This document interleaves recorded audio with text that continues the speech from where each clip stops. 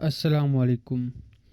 آج کی ہماری ویڈیو نہار منہ کشمش والا پانی پینے کے فوائد پر ہے۔ فوائد کے ساتھ ساتھ آج میں آپ کو کشمش کا پانی بنانے کا صحیح طریقہ بھی بتاؤں گا۔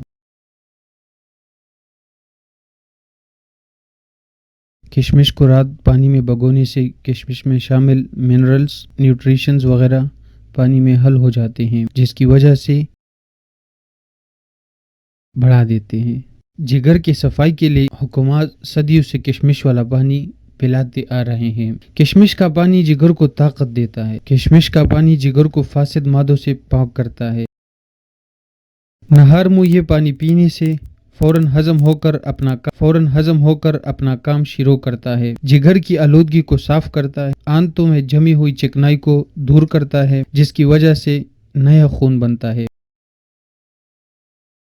کشمش کا پانی خون سے گندے کولیسٹرول کا خاتمہ کر کے بلڈ پریشر کو نارمل رکھتا ہے۔ کشمش کا پانی آپ کے دل، معدہ اور گردوں کے لیے بھی مفید ہے۔ کشمش فائبر سے بھرپور میوہ ہے اور یہ جلاب کی طرح جس سے قبض سے نجات ملتی ہے اور نظام ہاضمہ درست طریقے سے کام کرتا ہے۔ کشمش کی جراثیم کش خصوصیات منہ کی صفائی میں مدد دیتی ہے اور سانس کی بو کا مسئلہ دور کرتی ہے۔ معدے کے تیزابیت میں کمی لاتی ہے۔ معدے میں تیزابیت کی شدت بڑھنے سے جلدی امراض، جوڑوں کے امراض، بالوں کا گرنا، امراض قلب اور کینسر کا خطرہ بھی بڑھ جاتا ہے۔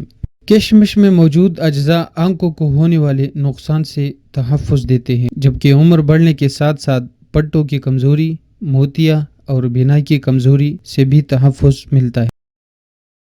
یہ میوہ جسمانی توانائی کے لیے بھی اچھا ذریعہ ہے۔ پروٹین اور دیگر غذائی اجزاء کو جسم میں مؤثر طریقے سے جذب ہونے میں بھی مدد دیتا ہے۔ یہی وجہ ہے کہ باڈی بلڈرز اور ایتھلیٹس کشمش کا استعمال عام کرتے ہیں۔ کشمش کا استعمال بے خوابی سے بھی نجات دلاتا ہے۔ اس میوے میں موجود آئرن بے خوابی یا نیند نہ آنے کے عارضے سے نجات دلانے میں مدد دیتا ہے، جبکہ نیند کا معیار بھی بہتر بناتا ہے۔ اس میں موجود کیلشیم ہڈیوں کی صحت کے لیے فائدہ مند ہے، جو ہڈیوں کی مضبوطی برقرار رکھنے میں مدد دیتا ہے۔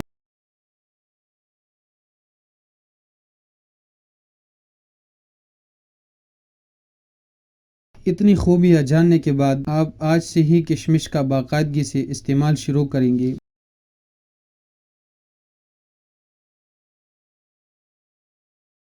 بازار سے آپ کشمش لے لیں، اس کو اچھی طرح دھو کر صاف کر لیں۔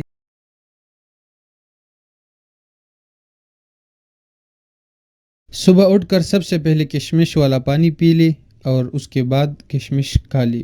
یہ طریقہ آپ نے کم از کم 3 مہینے جاری رکھنا ہے اور انشاءاللہ اس کے بعد اپنی صحت میں آپ کو خود بخود جادوئی تبدیلی نظر آئے گی۔